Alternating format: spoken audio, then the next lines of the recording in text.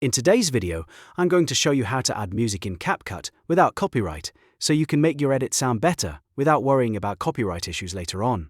This is a super useful workflow if you're creating content for YouTube, TikTok, Instagram Reels, or any other platform where music matters.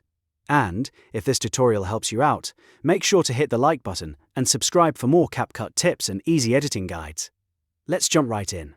First, open your CapCut project and make sure you're inside the edit timeline where your video is already loaded.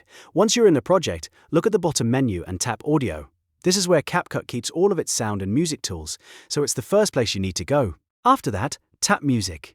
This opens CapCut's built-in music library, where you can browse available tracks instead of importing audio from somewhere else. Now, here's the key part. In the search bar, search exactly for copyright-free.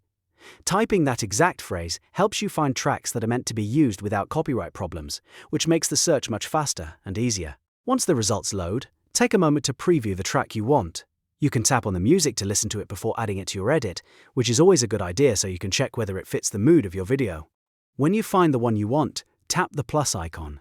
That plus button adds the selected track directly into your timeline, so the music gets placed right into your project.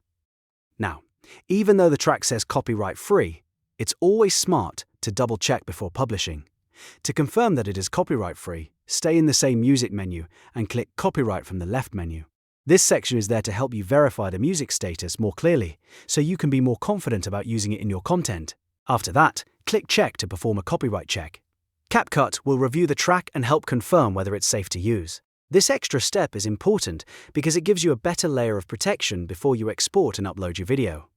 If you're making content professionally, this small check can save you from problems later. Once everything looks good, you can go back to your project, adjust the volume, trim the music, or line it up with your clips as needed. You can also lower the audio if you want your voiceover to stay clear, or place the music under key moments in the video for a more polished result. And that's it. That's how to add music in CapCut without copyright and how to verify it properly using the built-in check. It's a simple process, but it makes a big difference when you want to keep your videos safe and professional. If this video helped, please give it a like, subscribe to the channel and turn on notifications so you don't miss the next CapCut tutorial. Thanks for watching, and I'll see you in the next one.